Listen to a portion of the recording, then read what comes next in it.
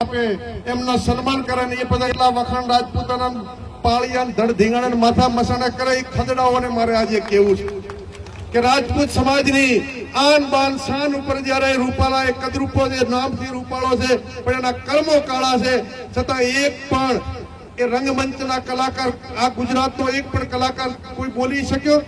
એ રોજે રોજ રાજપૂતના જાગીરદારોનો વખાણ કરતા હતા. ધનાબા આ છેલ્લા 15-20 દિવસથી જયારે જાગીરદાર સમાજની તો 5 બેન દીકરી તો જોહર કરવા તૈયાર થઈને મંજૂરી માંગી.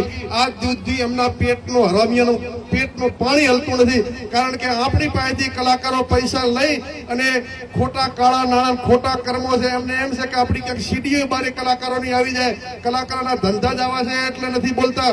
નહીં તો જો રાજપૂતો માટે હર હંમેશા તમે કલાકારો સ્ટેજ ઉપર બોલતા હતા, ડાયરા કરીને કરોડો રૂપિયા લેતા હતા, તો તમારામાં જમી રહેવું જોઈએ.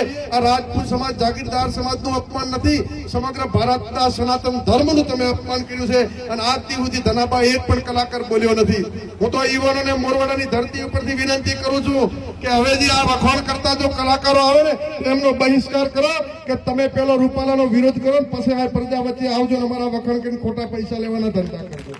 ત્યારે આપ સૌને વિશેષ ના કહેતા મરું પણ માગું નહીં તન કે કાજ, પરમારાથને કારણે મોગતો ના આવેલા કોંગ્રેસ પાર્ટી વતી આપની પાસે ખોળા પાત્રો ખોળાની આપ સૌ લાજ રાખશો. એ જ શબ્દો સાથે આપ સૌનો આભાર. જય હિન્દ.